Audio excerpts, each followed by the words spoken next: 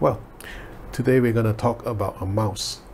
The mouse, besides the keyboard, is our main interface to the photo editing and video editing software that we use. This is the mouse that I've been using for the past 6 months. The Logitech G502x wireless mouse.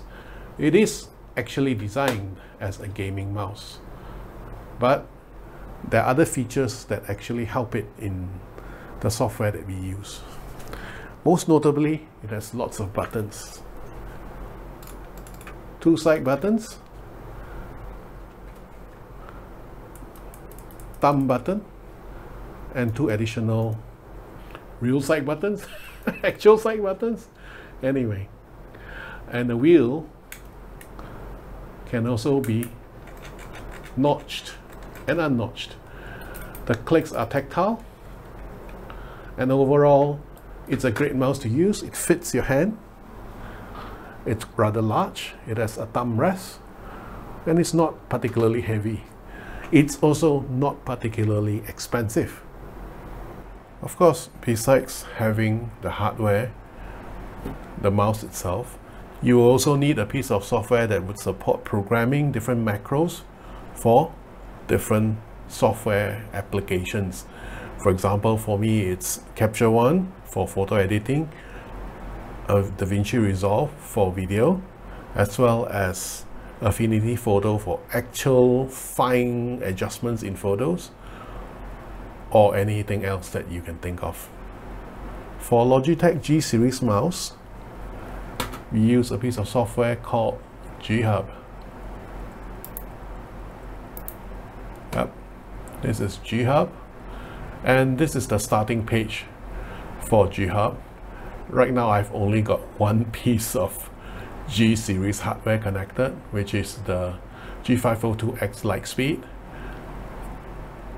Click into it and you'll find various settings for it, including DPI settings, which you should set for your screen resolution as well as your mouse working area. Choose the right one, but for me, I always use 2400 DPI. But that's not the most important part in this software. Let's take an example. Now we are looking at the desktop setting. If you were to push the wheel left and right, left and right, as well as the side buttons, they work per normal. Now, as soon as we switch over to Capture One,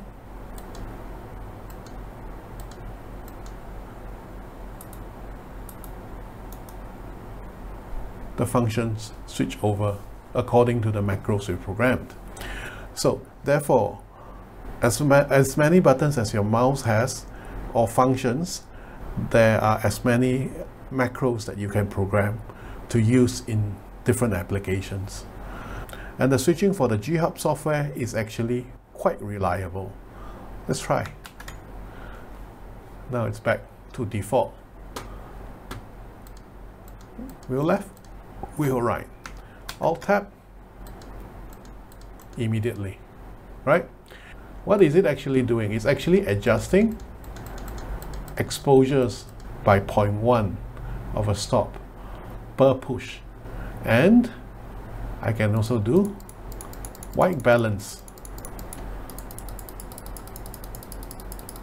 Kelvin, as well as tint.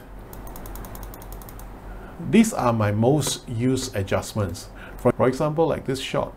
As per original, this is the white balance.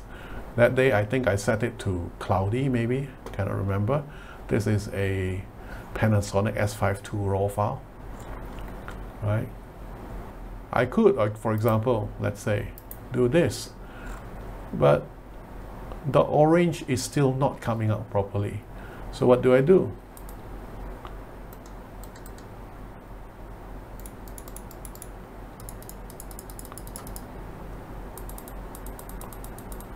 Yep. Orange red is coming through a bit more. Now, you may find that it lacks a little bit of warmth. So, Just increase the Kelvin a little bit. It's warmer. That gives it a bit of drama, I think. Yeah, this is at 200%. So that's Capture One. Capture One is one of those programs which are uniquely designed or equipped for such customization. It's because if you look under keyboard shortcuts, under Other, white balance Kelvin plus 50, white balance Kelvin minus 50, shift minus, shift plus, tint alt shift plus, tint minus, alt shift minus, and various other things that you can actually program. Exposure plus 0.1, exposure plus 0.1, exposure minus 0.1.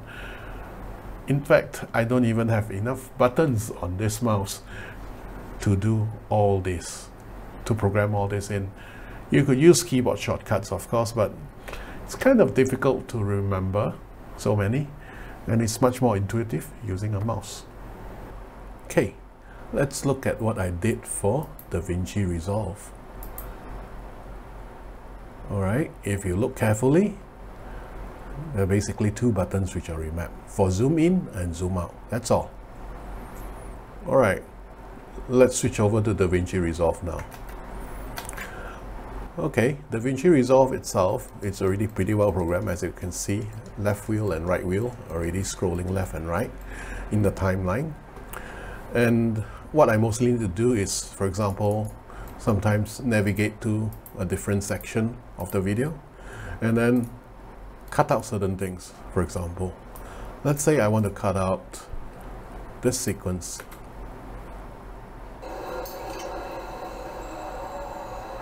Right? Let's say I only want half of it. So I can do this. Cut.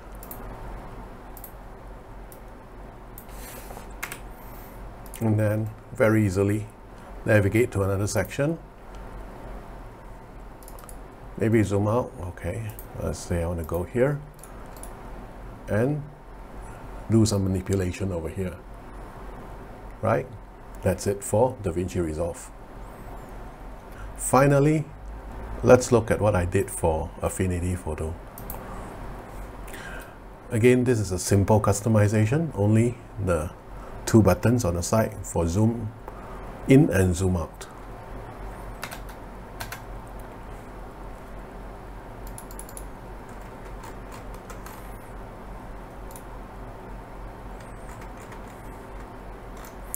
Which again, it is already pretty well programmed as usual. You can already scroll quite well. Okay, that's it for my customization for Affinity Photo. Let me show you how to add a new application to GHub. Since I don't want to mess up my Capture One, my Resolve, or my Affinity Photo, I'm going to add handbrake. Handbrake. Handbrake. Okay, there we have handbrake default. Okay,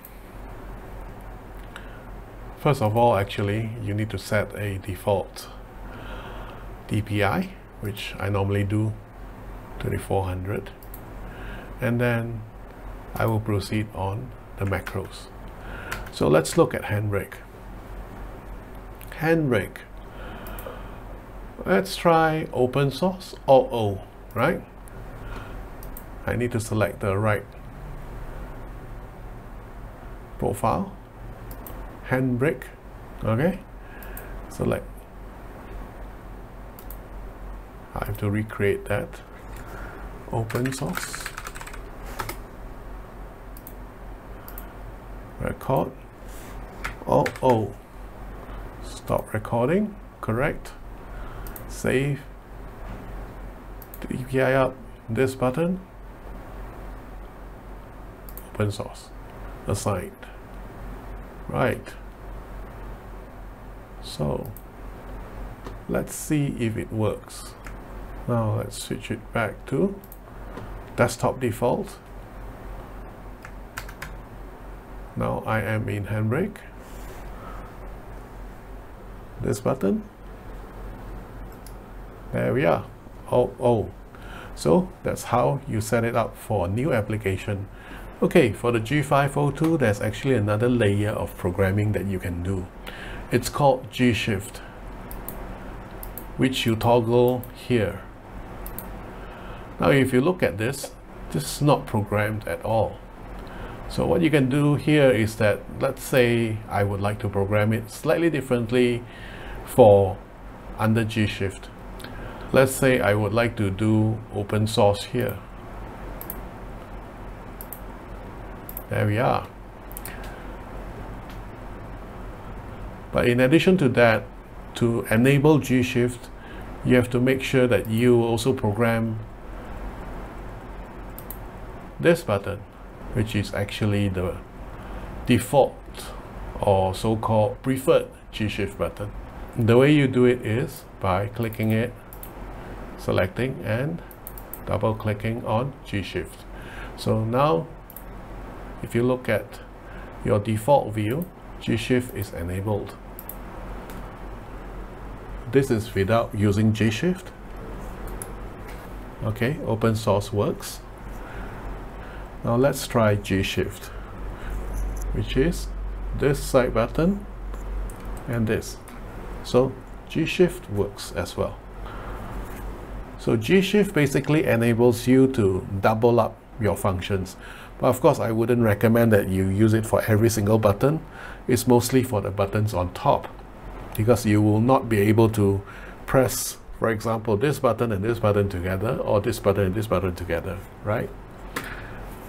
Anyway, that's very useful for those who need more macros than 4 or 5. Well guys, that's all about the G502. As per usual, like it if you like it, dislike it if you dislike it. If you like it enough, please subscribe. If you have any questions, leave them in the comments and I will try to answer them as soon as possible. Thank you and goodbye.